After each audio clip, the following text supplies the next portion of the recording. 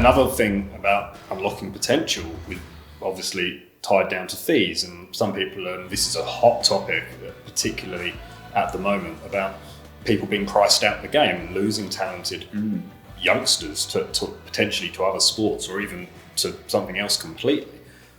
How do you envisage this coming together in that regard, in terms of talking about fees? Because it's a tough prospect, right? Like, nothing comes for free. There's a lot of, again, we've spoken about the layers. Maybe it can be streamlined a little bit there, but it's still it's not as complicated as just cutting fees. It's a massively complex question to answer, and there's no right answer, because ultimately it's about having a conversation with our stakeholders about what do they want competitions to look like first, decide what we want them to be, because what we need to distinguish is a conversation around affordability and value versus price.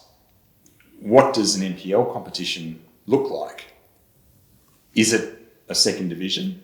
Is it the elite pathway, for want of use a better word? I mean, we don't like referring to that at all, but I should call it the premier competition. What do we want our premier competition to be like? What to look like? And then what are the costs of having to achieve that from a technical point of view? The layers of competition that sit beneath it, we need to decide, what do we want them to look like? Because ultimately, what we design those layers of competition to look like have a direct consequence for cost and affordability. So at the moment, NPL across Australia, but in Queensland, represents effectively 0.5% of our participation. 0.5%. Yet it seems to dominate 99.9% of an affordability discussion. Our game more broadly, across the board, can always be delivered cheaper and more efficiently, because that's why we're having these conversations. But from a pathway perspective, it really comes back to, what do we want from our competitions? What's their role? What's the outcome? Because if we believe that continually cutting costs is the goal, then the only way to do that is to lower the standard. If we lower the standard, then we lower the technical outcome. If we lower the technical outcome, then what are we achieving for our kids and their hope of becoming a future Socceroo or a Matilda? So we need to decide, what is, from an elite pathway point of view, what does that need to look like? And then how do we achieve that in the most affordable way? Our game often gets compared to other sports. And I think that's an incorrect comparison. From a football perspective, the amount of touch points we have during a season far outweigh those of other sports. The level of quality and standard of coaching that gets delivered far outweighs those of other sports. The expectation around what gets delivered far outweighs those of other sports. The question needs to be discussed around affordability. Potentially not necessarily cost. Are we getting value for money? And not only that, there's a fundamental question around, how do we ensure that we are embracing talent from right across the state, from all walks of life, and there is no mechanism that prohibits accessibility to a talent pathway? That is a separate question to an affordability question for me, because our role shouldn't be around simply setting criteria or setting license conditions that are counterproductive to getting a technical outcome.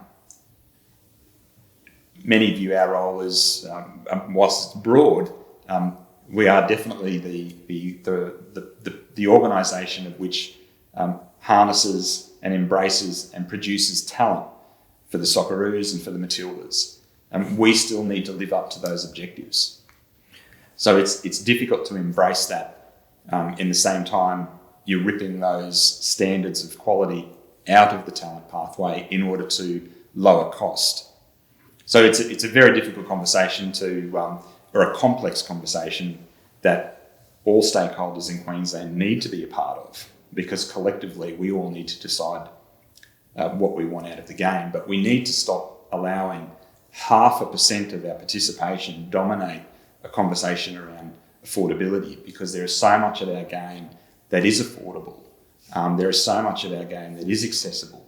And we are the most accessible game in Australia, from walking football to some of our mini roos to futsal to football for all, for a disability sector that we provide amazing accessibility to our culturally diverse communities. It's the sport at which they can access cheaply and easily.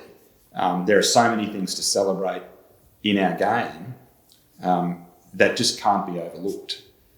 So we need to look at it in that context as well. Is part of this almost to remind people of that? Because you say a lot of the conversation seems to be negative, and that's, yeah, I think that's just the way people sometimes are. Like, it's an incredibly emotive sport in the first place, and when you're talking about kids, it gets even more emotive. There is a lot to be proud of, right? So is some of this, I guess, designed to outline that and say this is what you can do outside of what you might be hearing? Yeah, I mean, what people probably don't know is there's approximately 250 free football spots in Queensland, in the premier pathway, in the elite pathway. So the best of the best, the top 250 individuals, aren't paying to access the game, irrespective of their background. We don't talk about that. We don't even, it's probably not even brought up in any discussion, but they're things we should celebrate. So we talk about the best talent out there. It doesn't matter where you come from. If you are the best talent, then, and you're in the top 250 boys and girls, then you're not paying for access to the game. And you're right. This would be a great opportunity to talk about the positives. How can we leverage the positives that we have,